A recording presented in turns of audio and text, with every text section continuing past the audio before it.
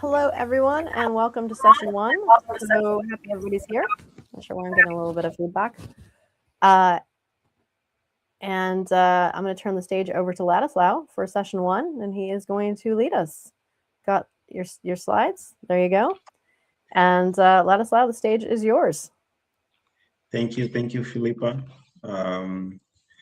So this section, we're gonna talk about database design in advanced T-SQL and JSON.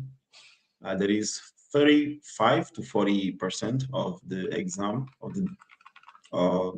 yes. And to this domain, we're gonna study focus on when to use each topics that are included in the exam to every situation that we're going to have. So let's go ahead and see our agenda. We'll start with talking about specialized table types. And this is something really interesting that I was going through, specialized table types, when to use each of them, not only knowing what they do, but when to use it. And for these three start sessions, we're going to try to do a small demo, and also show a decision guide of when you should use each of the topics that we're going to go through. We're going to speak also about JSON functions, regular expressions, fuse matching, some programmability objects, and a little about AI-assisted depth. And for this, this is me, Ladislaw Andre. I currently work as a data engineer for Axios, but I'm also a Microsoft certified trainer, and I've been developing data and analytics solutions with Microsoft Fabric. Right, feel free to connect to me on LinkedIn. I'm always opening, and currently, same as Philippe, I'm a leader of a Fabric user group named Fabric Lusophone. So everyone is welcome there, and I'm always on LinkedIn, able to connect. So we're going to go through this section with the exam mindset that I also would call exam approach. It is not knowing definitions, but focusing on when to use each topic, each topic that appears on the exam. And we have here some examples. We shouldn't focus on what is a JSON value. We should all right, it can return, or what does a JSON value return? A scalar string, a number, a Boolean? Yes, you should know this, but best is to know when to use it. The exam questions, most of the time coming like this. A developer needs to extract a price from a JSON column stored as a number. Then you know that you should use a JSON value. And we're gonna show some examples of this, how you should use a JSON value function on SQL Server. So, but this is the exam mindset and what I also call it the exam approach. All right, and then we come to these specialized table types. And we have this kind of tables now available on SQL Server: temporal, ledger, graph, and external tables. So each one of them has a specific use case. And for temporal tables, this is when we want to query our table for specific periods of time. Ledger is for auditability, and graph for complex relationships. But let's keep on here because we have the decision guide about these tables. For example, if you need to query a data as it exists in a specific point in time, use temporal table. We have this SQL code after your select statement that you say for system time as of, and then you put the date. Then you query your table in that specific date. And for another use cases, when you need to track who changed the data and what was changed, you can use a ledger table. And ledger can be in append only, it means that you only append values to this table, you not change it, never. Or it can be updatable when this table is changed, but you can have this auditability of who changed the data and when it was changed. And also, because of the big data and the era that we live in now, there are complex scenarios. And for example, for search engines, it's more like a graph, because the recommendation systems for Netflix, for example, the kind of tables that are developed, because it involves complex queries, that's why we have these kind of tables that are graph tables. Whenever you have a lot of complex relationships, you should use a graph table. And in the exam, it could come like you need to model a complex many-to-many relationships efficiently, because you could do with other tables, but with graph tables, it's completely much more efficient. And if you need sub-milliseconds insert with no locking contention, you can use a table with in-memory or memory optimized. Also, now you can have external tables on SQL Server. It means tables that are on it can be on Azure Blob Storage or other, or Polybase, for example. You can just have a link to that table on your SQL Server as like an external table, and you can query that table without holding the data. In Fabric, it's known as the shortcut. Whenever you need to store semi-structured attributes, you can use JSON columns. Now, even though SQL Server has structured data, now you can have columns with semi-structured data that are these ones, the JSON values.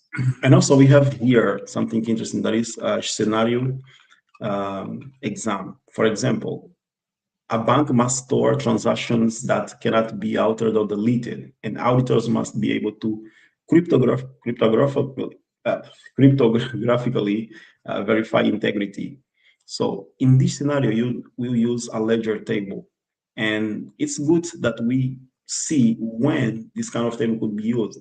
So in bank systems, a lot of times you could use a ledger table for this auditability and integrity. We have another scenario here. Social platforms needs to find all friends of friends within 3 hops. Standard joins are too complex. Then you're going to use a graph table. So not only knowing what the table is or what it does, but also when to use, it's the best design or exam approach. And here we have this little demo that we can show here on SQL Server, and we can run this. We can run this table, run this query, and now we have here our table, and we can see that it's a temporal table because we generated this table as period for system time and with system versioning on. This query made this table be a temporal table. And we have here, we can also see, I don't know if it's too difficult to see, but we have there a clock symbol on the left bottom corner of the table. And we can see that it's system version. So we could version the query this table. We don't have any data there, but we could query like this, as I was saying, for system time as of, and then we put the time that we want to query our table. And then we could also do the ledger table. Let me run this. And then here we have our ledger table. Let me update it, refresh. No. All right, we refresh and we can see the ledger table here. That is DB transactions. Let me see if I can run this. Completion time. We cannot run. We have to enable our database. I didn't enable it. Our database to be with the snapshot. Snapshot isolation must be enabled on the database to run this query. So we create the table as with ledger on, and this table is append only. It means that we cannot update the information there, not even delete it. So this is for auditability. And now we're going to go back to our presentation. Right, so with this, we know that both these tables, they track changes, but temporal is best used for time travel queries and ledger for cryptographic temporal evidence. So, and we cannot change from one table to another. If you created a table and it's temporal, you're not going to change this to ledger and vice versa. So we could also have a graph table. Let's quickly show the graph table because we're not going to do many. Right, it's here. Okay. Insert values, right? Here's H. Right, we create the graph table, and if we update our database, refresh tables, we can see here. Where is this relational match? Let me run this again and see.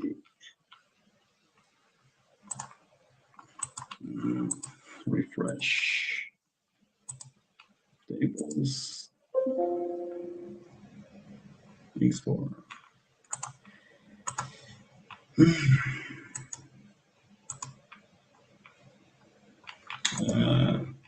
See why the system is not failing. Created this. All right. Let me create this here for you. Create another database. I changed this database and now it's not. Oh, it's here. And let's go to master and create this table. Okay. Now we have the database here. Let's see. System databases, master, and tables, and graph tables. We can see here that we created a graph tables. So this table, person and company, and then we have the table that is making the relationships. So if we had to make a complex query, like with the connections for persons and companies that they are related, we could use this structure. And this table has a sign. It's probably difficult to see. It has a sign like a glasses that shows that it's the table only for the relationships that exists between the person and company. And this is the code that can generate this kind of tables. We have this, and then we create a table as the edge, and we use the IDs to make the connections. So creating these kind of tables would help us with these complex queries, and we created only three kind of tables: the temporal, graph tables, and the ledger. All right, so let's go to the next one, and we have three JSON functions on SQL Server. And right, we know that this JSON value, JSON query, and all of these functions are for us to use in our SQL queries to manipulate, to read from JSON values, or to write to JSON values. And it's good to know what each function does. For example, JSON value extract one scalar value from string, number, Boolean, JSON query, extract one JSON object or array fragment. It is good to know what the function does, but the best approach is to know when to use this kind of functions. So always going through the exam like this, first knowing the concept and then knowing when to use the concept and how to use limitations and so on. For example, we have this extract a single scalar value like name, price, status from a JSON column. And we have this JSON value. We put the document and then the field of the JSON column. To extract an entire nested object or array from a JSON document, we could use this function, JSON query. Convert JSON array into individual rows for reporting, OPENJSON. And we're going to see all of these three functions in our small demo. So it's good to go through the functions, knowing what they do, what they are, what they do, and then trying to see the use cases when we would need to use one or the other. This is what makes a whole difference in the exams. So after this, let me go back. After this, we can go to the demo and showing these three functions, how we could use them. Let's go back again to SQL Server. And here, see, this is the match. I don't need this for now. And all right, for example, we could run this. That is the JSON value. We have this JSON. We're going to declare this variable and put these values, the JSON values. And then after this, we want to extract the value, the JSON value function, to extract the customer, the tire, and the order. And we're going to select this and run it. Let me write it right. So we have the customer, the tire, and the order. And as we can see, the customer is Alice, and it's there. The tire is premium, but the order was not extracted. We are selecting here the order, but it's not extracted because we are trying to have a JSON value, and this is not a one value. This is an array. And when you're trying to get a value from an array, it returns null. This is also some tricky things that could come on your exam. If you have these, and if you're trying to extract orders and you use the function JSON value, you're gonna have an error or not. In the exam, this kind of tricky questions could appear. So in this case, SQL Server doesn't return any error. Instead, it returns the null because you're trying to extract an array using the JSON value, and it only shows you the value. Another example that we could do would be with this JSON query. Now it's going to return the whole query. If I run this, because I'm using the function JSON query, it returns the query that is only this, the ID, one, product, widget, quantity, and so on. It returns all orders because I'm using the function JSON query. If I would use JSON value, it would return 0, null, because of this. And then we can use this one. It's going to be more self-explanatory. We run this, and now we're using the function OPENJSON. So if we run this query, we can extract values from a JSON column and return it as a column. So OPENJSON does this, and as we could see, this is where we are extracting our values, and it returns ID, product, quantity, and price. And we're using this using the OPENJSON function. So this is what we have here, what we were talking, we can extract values from JSON columns using the JSON value, extract nested objects or arrays using the function JSON query, and then extract, like convert the JSON array into individual rows for reporting. So we can use the function OPENJSON. And it's good in the exam that we know when to use each depending on our scenario. This is the demo, the code that we run.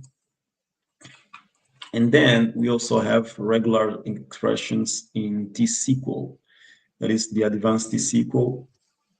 We have this kind of functions, regular expression like, regular expression replace, substring, in-string, count, matches, split, and so on.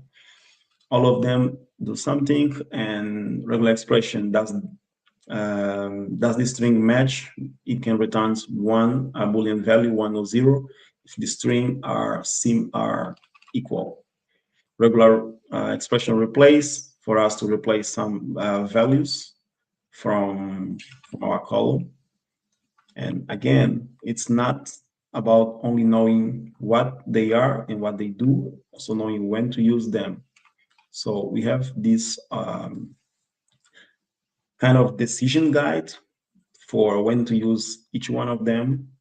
Whenever we have a simple wildcards pattern, and we can only, for example, find a value like it starts with CA for Canada, or it finishes or starts with BC. This is considered a simple approach for finding matching patterns. So you should use the like operator, or the like function, the like operator.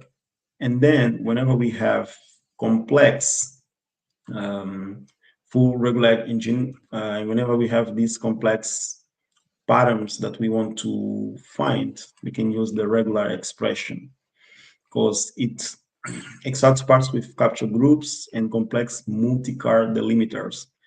It can work best with emails, codes, and phones, which is kind of a limitation from the like operator. When we're using the like operator and we have this kind of characters, say Z and stuff, it's a little complex or difficult for us to extract the values. So for these cases, we can use the regular expression. Let me go a little faster. And then we have fuse matching, that is approximate or similar matching use cases. And here we have more. For example, if they are writing Paula and Paulo, you can have this kind of matching things that start with phrases or words that they have the same starting letters. You can use the fuse matching. Let's go a little faster now. And then we have the programmability objects, and when to use each one of them. We know that in T-SQL we have tables, views, store procedures, and views. And also now we have the user-defined function, Scala user-defined function, triggers that can trigger one action after one DML, after one DML, and instead of DML insert or delete, you can delete or insert after one action. We also have a best approach whenever using a user-defined function is not suitable. We can use a table value function, and knowing the difference between them, it's really important, because user-defined function only returns one value, and table value function returns multiple values, like in rows of values. Let's go, and here we have when to use one. Whenever we need reusable logic with parameters that return rows, we use a inline table value function. It's preferred over Scala user-defined functions.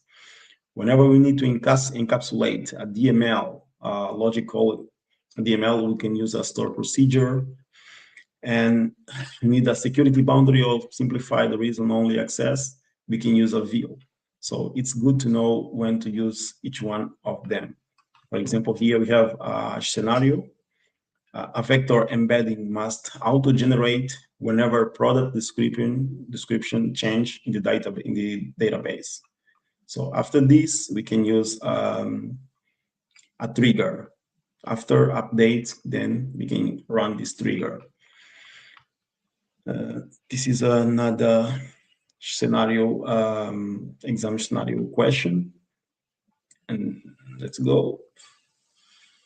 And then we have AI-assisted development. Now, GitHub Copilot is available even on SQL Server. We can see this here. We can chat with Copilot inside of SQL Server, also in Microsoft Fabric, and it helps to accelerate and a lot of times to find errors whenever we're working with this T-SQL, advanced T-SQL. And because we can use Copilot, we can also use Git to version our code, and also use GitHub to keep our code somewhere instead of our local machines. So now we can use CI/CD. This is the part of the exam that also comes, CI/CD on SQL Server, on Fabric, and on Azure SQL. And then this is the exam strategy for this domain.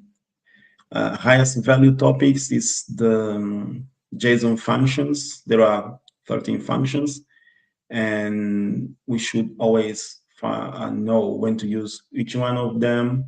For JSON path, for example, without array wrapper, bridge to section 2.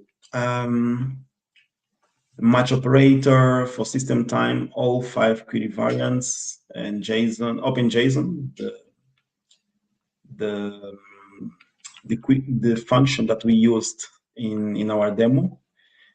So when to use this kind of a function, and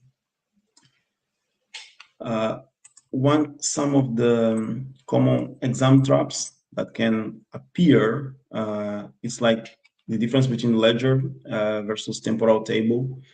And so the proof is not the same as time travel. If we want to know if someone who altered the table, this is a proof, this is a temper proof, and it's for auditability. So I should know if I should use the ledger and not the temporal. And these kind of concepts that are kind of similar, it's that come in the exam, and we should be aware of that. Also, regular matches return table needs cross-apply, and scalar user-defined blocks, scalar user-defined function blocks parallelism. And instead of using these whenever it's blocking parallelism, it means multiple people running the same user-defined function, we could use table value function instead of that.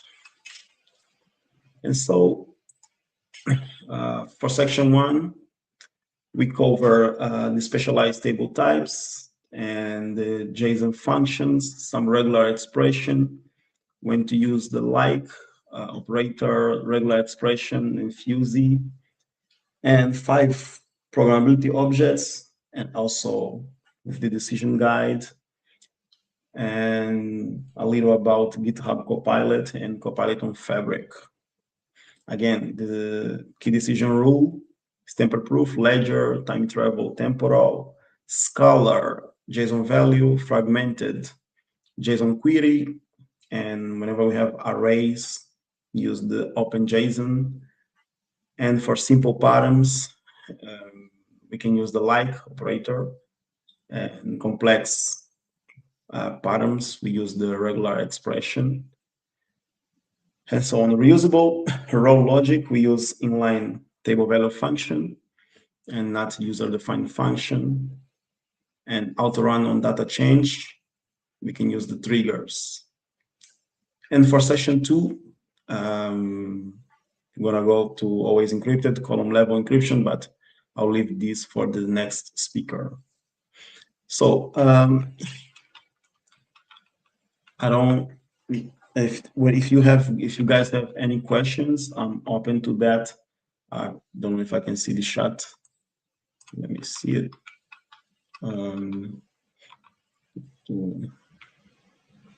Okay. We're back. Yes, I can stop my presentation. You can stop the presentation. Yeah, we still have a few more minutes. So it's a great opportunity to take questions and just be interactive. And okay, we do have a question. Yeah, so I'll put it on the screen. Is OPENJSON same as unnesting? Yes, it's unnesting, but only for you to view. You're not changing the actual data that is inside the column, but for you to view. This is why this kind of function is better for reporting purposes. So you're going to query and you're going to unnest the data, because you can choose which values do you want. For example, if the JSON column has 15 columns, you can extract only 3. So this is you are unnesting. Okay. If we have a second, I can share something cool that actually I have a few things I could share. Are you ready to yield your time? Yes. Okay, let's have some fun here.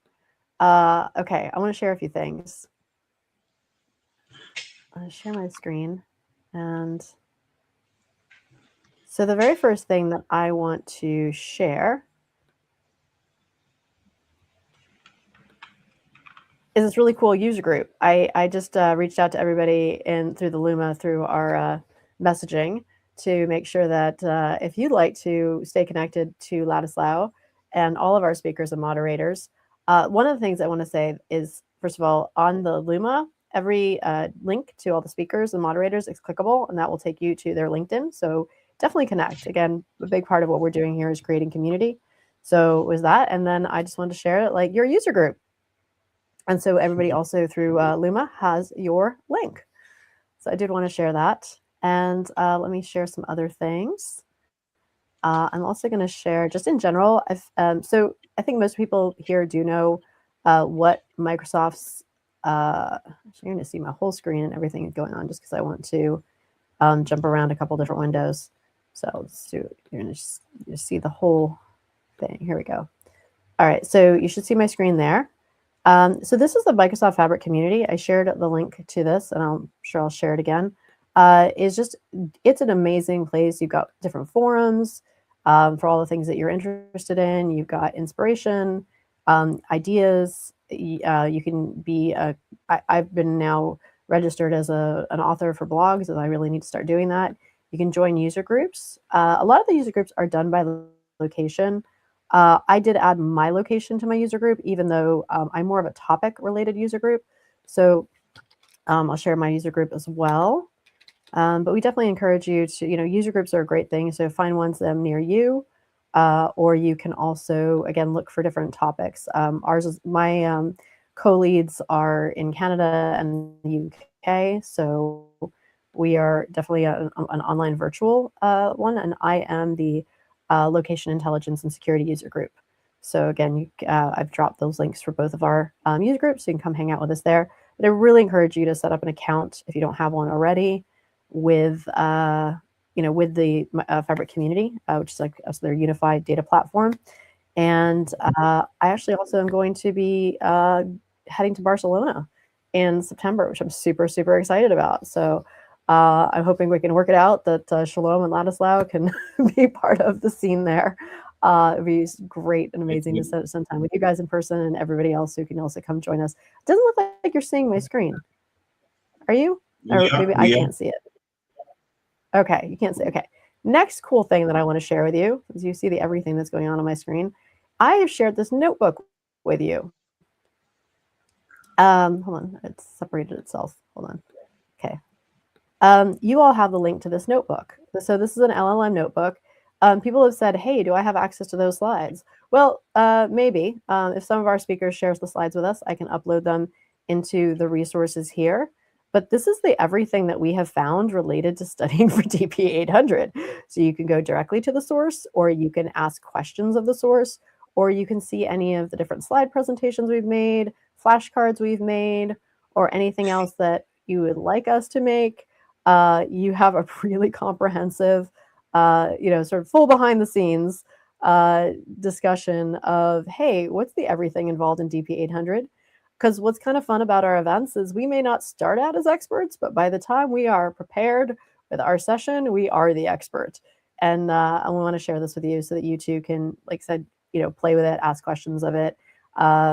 You are a viewer, not a creator, so don't know exactly how much you can modify. But I will actually, I actually was studying for the SE 500. I actually created a couple of audio podcasts based on the content that were fun for me to listen to, specifically to help me with KQL and JSON. So I just wanted to let you know that that's something else that you will have access to play with. And I think that I think that's the end of my tour.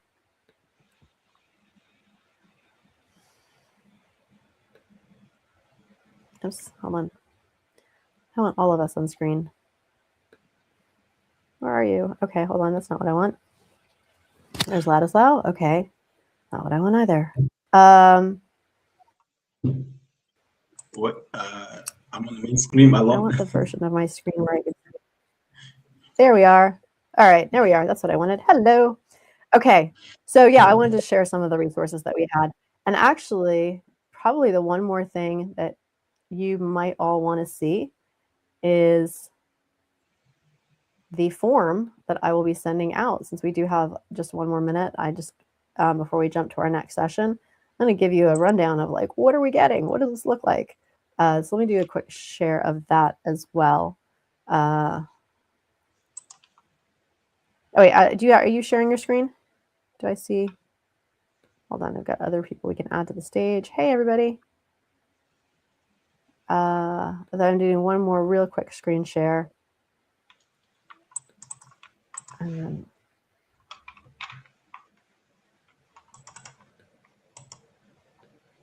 okay.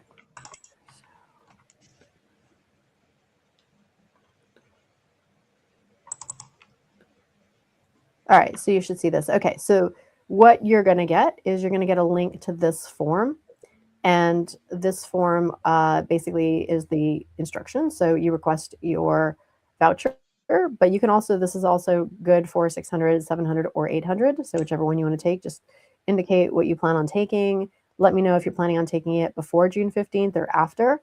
If you're requesting before June 15th, you will be deployed your voucher code today. It needs to be registered today, Pacific time, because I know obviously in South Asia, click over till tomorrow, but it's still good as long as it's May 30th Pacific time. Just let us know which sessions you attended. And then here, just I review the guidelines again, which the biggest thing is I don't want is you giving it away or what looks like you're selling it. So fill this form only once today. Don't use, use the email and the name you plan on registering for your event. They look for the correct name and email on this form to match the exam registration. Only register for these 3 exams, no other exams. It's not gated when you register, so it is the honor system. You need to take it by the days that are provided. So I don't know, it might allow you to schedule past the 15th. Please don't. Please, register it today and schedule an exam that you will take on or before June 15th. And again, if you're not planning on taking it on June 15th, don't worry. Just click the checkbox that says you'd like to take it after. And again, as long as everybody complies, there will be more vouchers. So we're all good with that. And then just again, I'll email you, just reply thanks or I got it, just so I know. And if you change your mind and can't use it, just write back as quickly as you can, just saying, hey, I need to give this back. And then I can reassign it to someone else. And again, future vouchers remain contingent on our community's ability to follow these guidelines. So just wanted to sort of share that, and I appreciate everybody's cooperation with that. Now let me come back to our event screen. Seem to have lost our speakers. Here we are. Okay, we're back. We have everybody.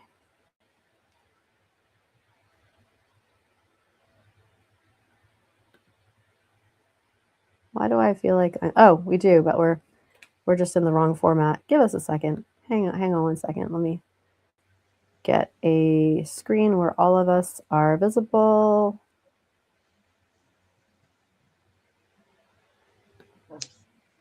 There we are. Okay. All right. So thank you. And yeah, we just have a few more minutes and then we'll jump over to the next session. I'll go ahead and put that in the link in here and through Luma. And just so everybody, just a reminder, because you mentioned get access to the Notebook LM stack. Okay, so just reminder everybody should be here, who's here, should be registered for Luma, because that's where I'm sending out all the links and all the reminders. That's where you can click through all the speakers and get their LinkedIn, and just all the stuff is coming to you through Luma. And in session 3 is when we'll send out the voucher request form through Luma. So if you're looking for the Luma link, it's in the description below and also being shared in the chat. And the sessions are definitely, yeah, they're recorded and they're going to stay here on YouTube, but the exam vouchers are definitely limited. Although what will happen is there will be a voucher listed for future, for people who watch the replay and want to request. But I'm also, as we're a live stream, I'm also focusing a lot on sort of what I'm going to be deploying today. So if you're requesting a voucher today, you are going to get that voucher before the end of our event today. So they're real and they're quick and Ladislaw, that was excellent. Thank you so much. Can everybody kind of give Ladislaw a round of applause for a fantastic session? He has a great session 5. I'm so excited for that. It is so good. So we are all going to be looking forward to seeing you for session 5, because then he just breaks down, like, you know, how do you really be efficient and effective with your studying, which is an important part of this as well. And with that, we're all going to jump to session 2 and meet Yusuf over there. And I'm just getting our link that I'll pop in the chat, and I'll be popping it into our Luma. And then with that, we will wrap up this session and see you all in the next session. Of course, there we are. Okay, here we go. Okay, so you got the link and you'll have it through Luma as well, and you have it on the playlist. And yeah, so we're excited, and thank you everybody. Again, please celebrate our speaker by dropping a like. It helps the algorithm, and sharing our message to more people who can get all AI enabled. All right. Thank you, everybody. Again, thank you so much to our moderators for your great support and help. We so appreciate having you here today. Anything either of you guys want to add before we jump?